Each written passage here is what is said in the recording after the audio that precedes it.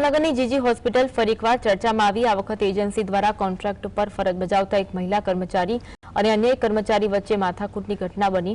CCTV ફૂટેજમાં ઘટના કેદ થઈ, જેમાં મહિલા કર્મચારી બેભાન થઈ ગઈ। બેભાન થયેલી મહિલા કર્મચારી જયાબેન રાઠોડે જણાવ્યું કે મેં અનેક વખત ફરિયાદ કરી, પરંતુ કોઈ જવાબ મળતા નથી। એજન્સીના કર્મચારીઓ નશાની હાલતમાં આવીને અત્યાચાર કરે છે। હોસ્પિટલના સુપ્રિન્ટેન્ડન્ટ ડોક્ટર દીપક તિવારીના જણાવ્યા અનુસાર આ ઘટના ગંભીર છે અને તંત્ર દ્વારા યોગ્ય કાર્યવાહી કરવામાં આવશે।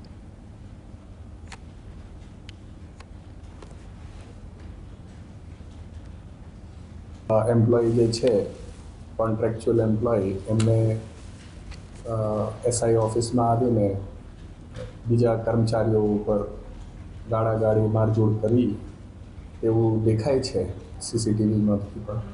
अने बीजा कर्मचारीओ सिक्योरिटीए बधाए बीच बचाव करेल छे। એટલે આ કર્મચારી પછી એમને બેભાન થઈ ગયા ત્યાં એવું પછી એવું જોવા મળ્યું।